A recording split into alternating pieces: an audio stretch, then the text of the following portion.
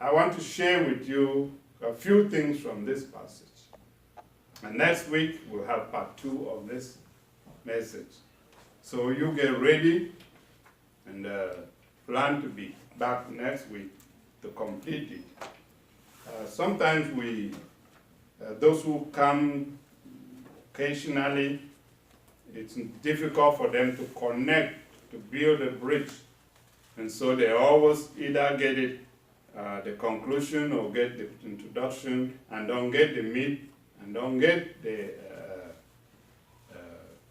dessert. You have to be there at all in order to put things together. Because you cannot climb a ladder by jumping some steps. You have to go step by step so you'll be better equipped. I don't think most of you have seen the bylaws and the constitution of our church. Try to find a copy and look at it. In the constitution, there is a job, a description for the pastor. And it actually lays out the general expectations and the responsibilities of the pastor. And among the many things that the pastor has to do, the pastor has to give himself to the ministry of the word and the leadership of the congregation. And the pastor is the supervisor of the activities of the church, and the pastor shall be an ex officio in all the committees of the church. And he shall examine the candidates for baptism, and he instructs all the new members in the duties and the privileges of the membership of the church. Chances are that you all work in different places, and every job that you have has a job description for you. And in your orientation, they tell you what you have to do, what is expected of you, before they give you a paycheck. And that job description specifies your task, your functions, and the responsibilities that position specifies. And usually it will contain a salary range and physical requirements and certain qualifications or necessary skills for you to perform that duty. And it describes certain roles and responsibilities specifically for your position. And throughout the Holy Bible, which is the letter that God has written to his children, the Christians, we are told that there are certain rules and responsibilities for different Christians in the church. And in certain passages, the roles and responsibilities are required for deacons and are clearly defined.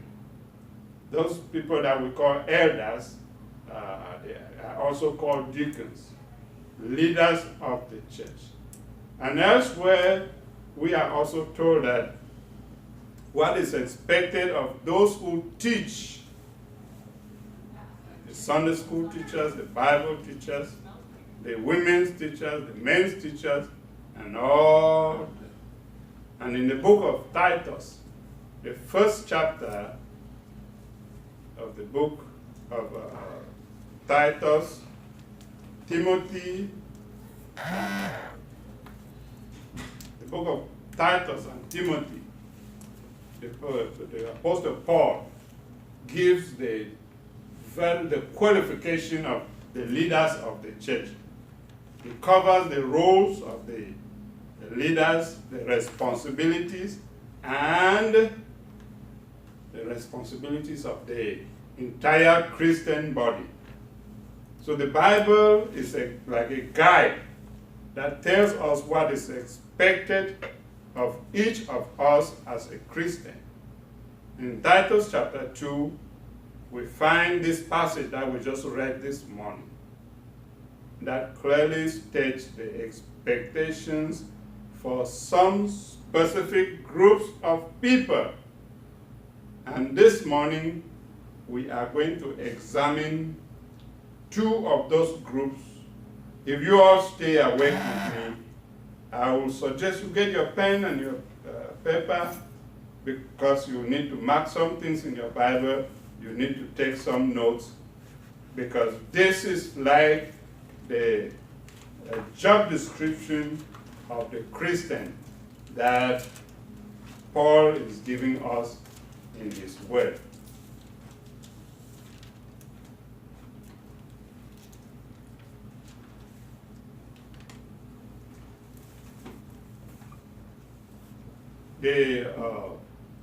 In these 8 verses that we read, it kind of talks about the responsibilities of older men, younger men, older women, and younger women.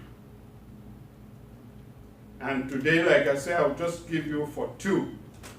So I would like us to look at the responsibilities of 2 of these groups, and if the Lord don't come before next Sunday, we'll all be back here and we'll take the responsibilities of the other ones. Let me start by giving you a quick illustration. There was a boss that took over a company. He was new in that position. And not every employer of the company knew that they now have a new boss. And this is exactly what happened. This boss was visiting in the office. He wanted to make sure that he knows where this department is, who is working in that department. And so as he walked through one department, the TV was on, and somebody was sitting on the chair and watching football game on TV. And the phone was ringing on the table. And then the boss asked, "Are you going to answer that phone call?" And the worker replied, "No, this is not my department.